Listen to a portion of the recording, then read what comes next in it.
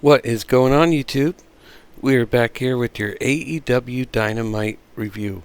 What a show last night. That was fucking awesome. And no clowns, Adam Cole is not buried, okay? He is not, because the lights out match did not count against his record.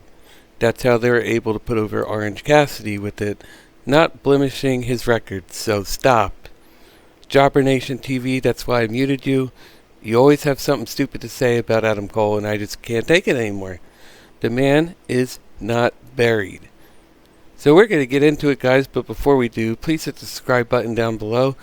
Turn the bell on for all notifications to get all the videos I put out. I put out a lot of content for you guys, and I'm trying to reach my goal of 2,000 subscribers by WrestleMania. That's my birthday weekend. We need 294 more. Please, that'd make me such a happy person.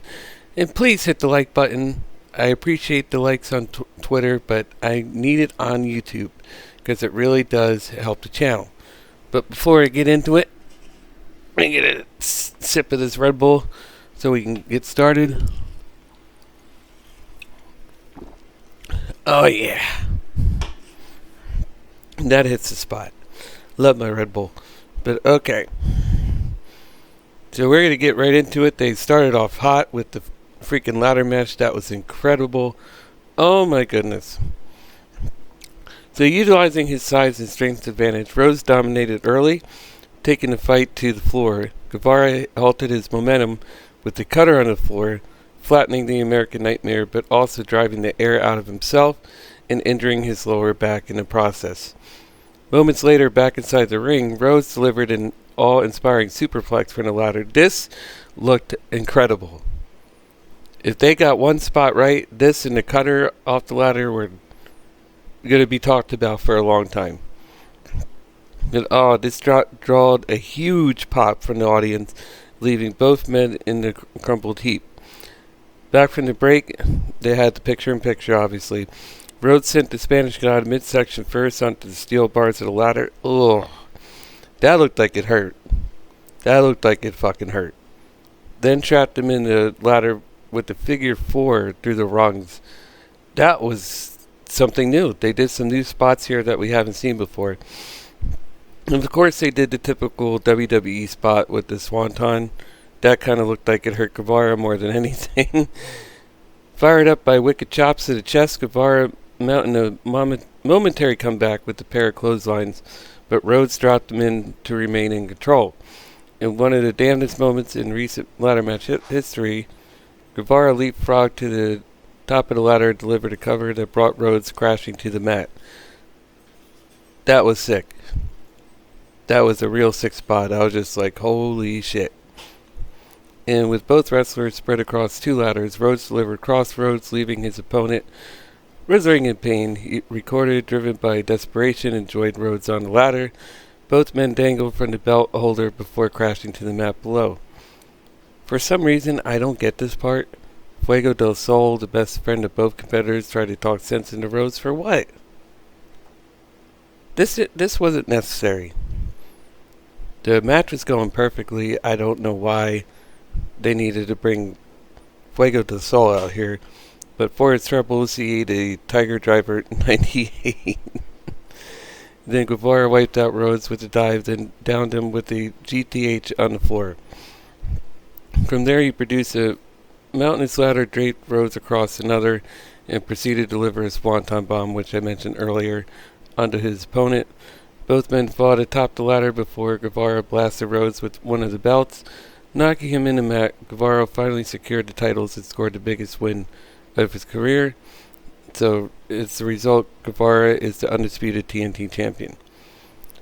But I thought it was going to be the TBS and TNT title. And I don't understand why there was 2 TNT titles. So if you can let me know that down below, I'd really appreciate it. Then we got a squash match from Wardlow versus Elijah Dean and James Alexander, 2 local jobbers. It went about how one would expect, 2 power bombs to each, and a 5th to Alexander. On to Dean was all Big Daddy Wardlow needed to pick up the win.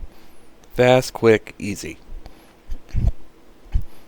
But for some reason WWE wants Wardlow, man.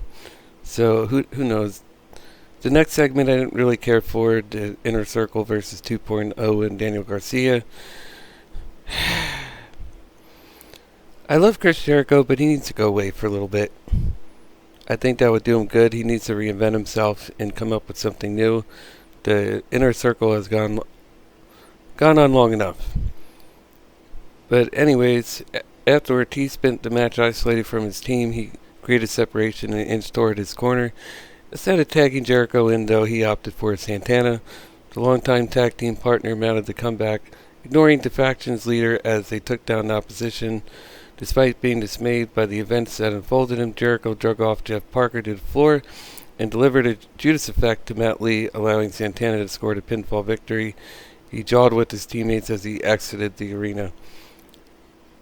And of course, they got a grade of a C+. I mean, this is part of the show that not many people are interested anymore. They'd like to see Santana and Ortiz go on their own. Chris go away for a little bit, do some Fozzy things, come back refreshed, and come up with something new. Because the man's 50 years old. He can go away for a little bit. He's done enough for AEW. He deserves a break. And then we had this CM Punk and MJF announced for next week to Dynamite. Do we agree with the free match between these two? I know Tony Khan's is trying to pop a rating, but I don't want it to be one of these things where they fight over and over again. That's why I was surprised. I'm like, they're doing it on Dynamite? When Revolution isn't that far away? That's like a big money match, but okay, I mean, I'll take it, I'll watch it, I'll enjoy it. But I was just surprised that Tony Khan was doing this. So CM Punk hit the ring ready to fight, his fist taped in uncharacteristic black. He again called out MJF. After a few knocks on his trademark scarf in the city of Long Island, the loudmouth heel appeared. MJF cut another scathing promo, finally agreeing to face Punk next week in Chicago. He then claimed Punk left before abandoning fans when he refused to appear in Cleveland back in 2014. That was the Raw before he quit. Yeah, because it was the Raw after the Royal Rumble, and he was supposed to appear in a match in Cleveland and never showed up. He said Punk would lose in his hometown, then he would leave again and cry on a podcast. Punk called MJF a fan and exclaimed that fans don't love him because he wins or hate him because he loses. They love him because he always gets back up. MJF looked to test that theory, joining his Pinnacle teammates Wardlow, FTR, and Shawn Spears for an attack on Punk. MJF ordered Wardlow to powerbomb him on a chair. Looks like pretty soon Wardlow's going to break free of MJF, and he's going to get a massive pop for that. After some hesitation and a look of disgust on his face, he did. It's so apropos that the same place your journey began is the same place it ends. I'll see you in Chicago, MJF said as he ended a segment, seated on the fallen body of his chest like he was seated on a ramp when he did the most famous pipe bomb. So solid between these two. Looking forward to the match next week. I would think that Punk needs to put over MJF. He can afford a loss, because then Tony Khan's going to get the criticism of, oh no, here comes the WWE guys going over homegrown talent. You can't win with these people online. But if I were Tony Khan, I would give MJF the win here to catapult him into the title picture. And here's a match no one really seemed to care about. Red Velvet versus legit Layla Hirsch. This was the most silent the crowd was all night. Hirsch dominated the contest early and through the commercial break just in time for Velvet to attempt a comeback. Hirsch dropped her and tried to force a tap out with the legit lock. Velvet made it to the ropes, forcing the break. Frustrated, Hirsch resorted to a roll-up with a handful of tights for the win. After the match, she attempted further damage, but Chris Statlander made the save. To a little like Shayna Baszler-esque coming out of Layla Hirsch, but again, no one seemed to really care because she's not really a believable character. She's one of those 4'11" people, and it's hard to believe, but she'll get there. She's improving a lot. Then we had the Britt Baker promo. This was really good.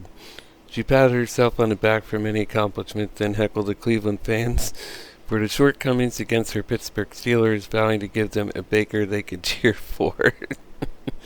In reference to Browns quarterback Baker Mayfield. Then the promo segment just sort of ended, but that was pretty good. I will say that was a pretty good one.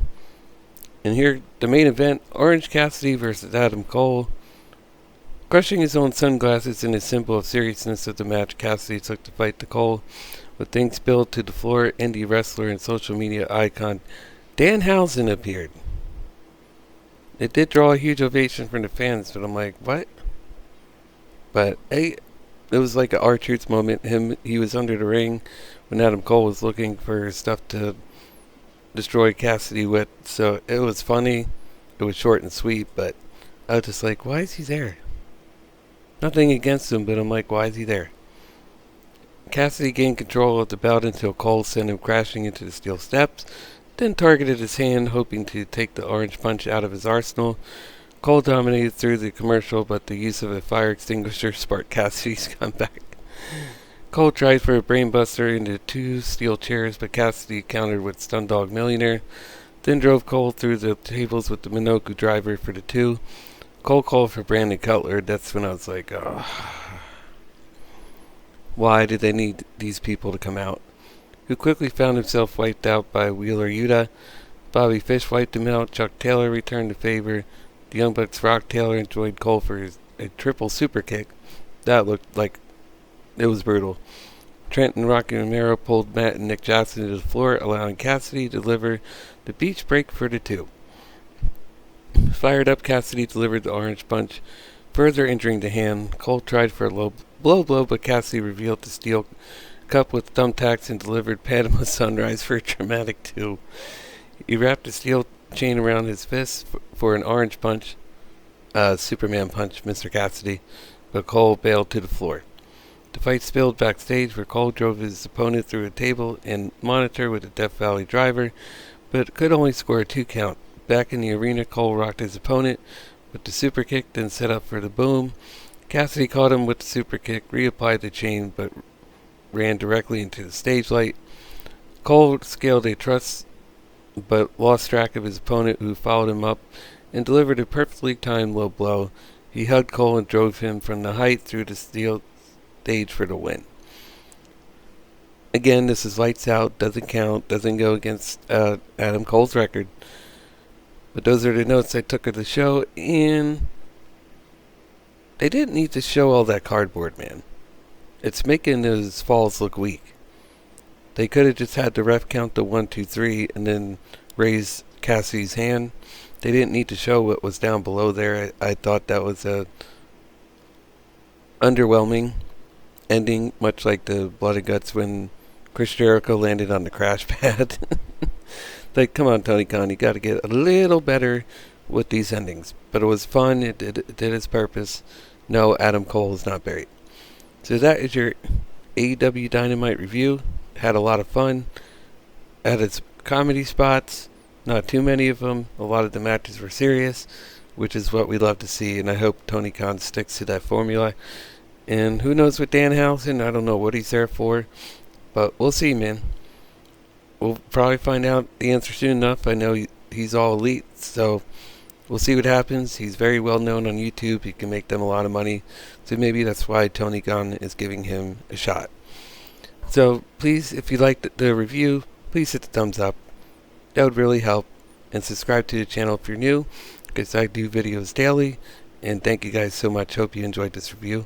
Until next time, take care.